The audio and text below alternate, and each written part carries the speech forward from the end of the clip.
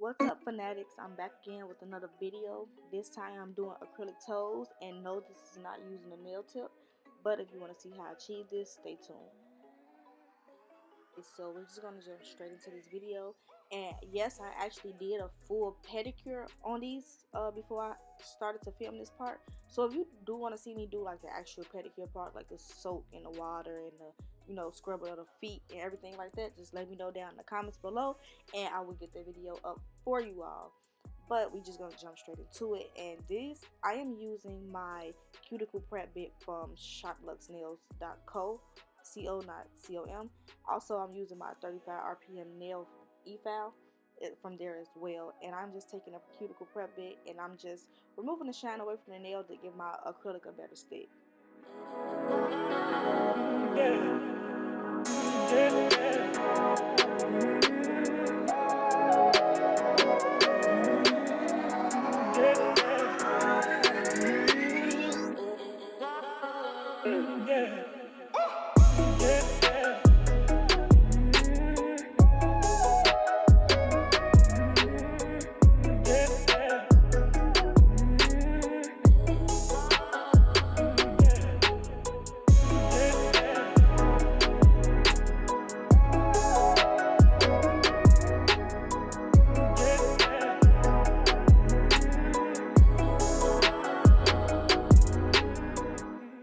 I'm just taking my cuticle nipper and I'm just going around the cuticles real quick.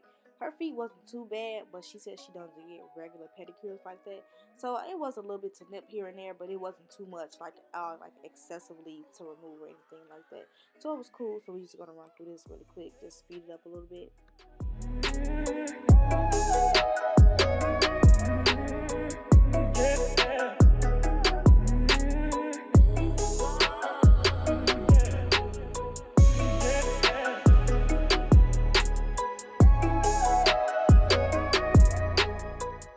I'm going in with my no lift nail primer. I've been using this primer. This is the only primer I've ever used. I've been using since I was in 8th grade. I swear by this primer. It's the best. It works for me.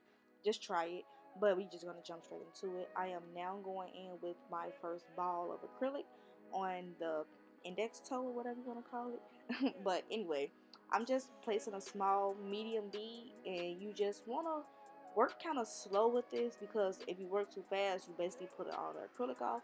And you don't want it to run, because if it run under, it's kind of hard to get the acrylic from under the nail, because it's your toe. It's not that much of a hypernicum under there. You also want to make sure that you're really cleaning your sides, because with your toe not having that much of a canvas space, like when you foul and everything is going to be so compact. So you want to just work smarter, not harder. So if you can already avoid those type of issues, just avoid them as you go along, and it'll actually speed up your process a little bit.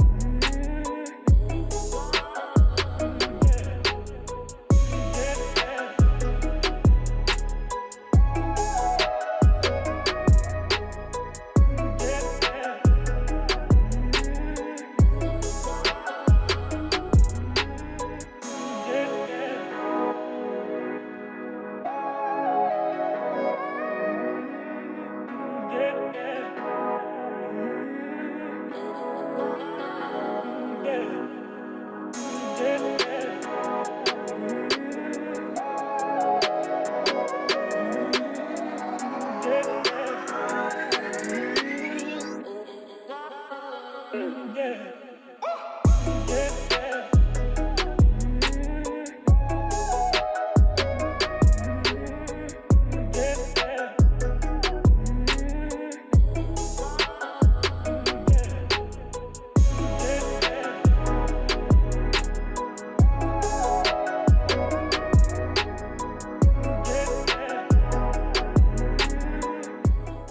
when doing a big toe, I use 2 balls. I use 2 balls because I don't want it to be really thin and sheer, like you can see through it. Because I just feel if you one ball the big toe, it will have like not lines of demarcation, but you'll be kind of able to see through. And you know, some people have like black darkened toenails or like ridges in their toenails and stuff like that.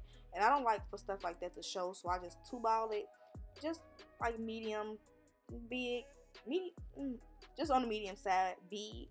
And if the person doesn't have a toenail or their toenail is short and they want it longer, this is what comes into play where you don't use nail tips. So if you see that I'm like bringing the acrylic down a little bit past the nail, you're going to bring it past as far as you can and then basically just shape it again. So you don't have to use, you're not supposed to use a toenail because they hurt. They hurt. They grow out fast. They hurt.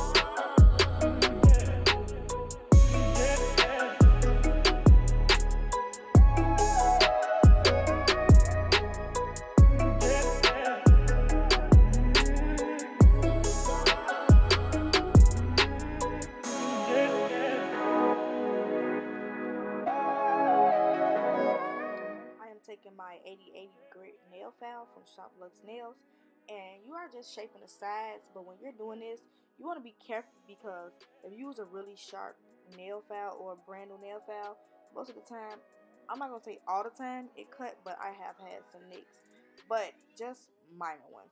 But you just want to make sure that you get the sides really straight and narrow.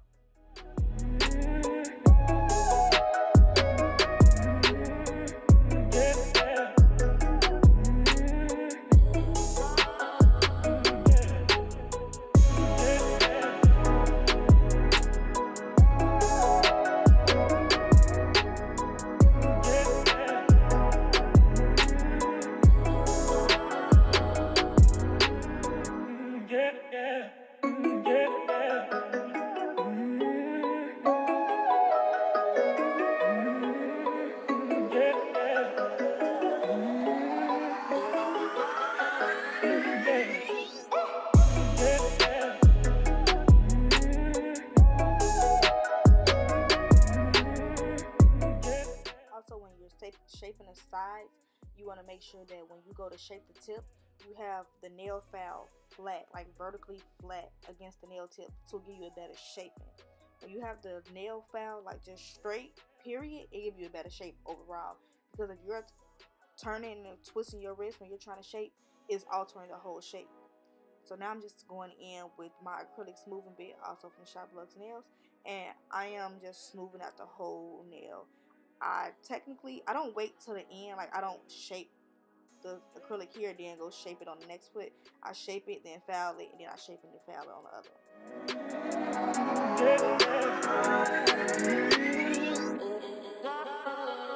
Yeah.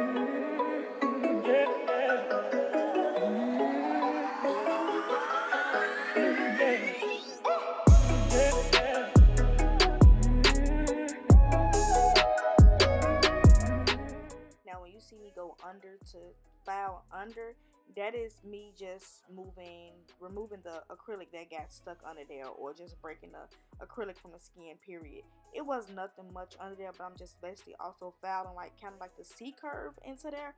That's just how I do nails. I do nails like that, and I have to do their feet like that too, because I can't have a thick ass wedge on my tip when I feel like it's supposed to be a C curve.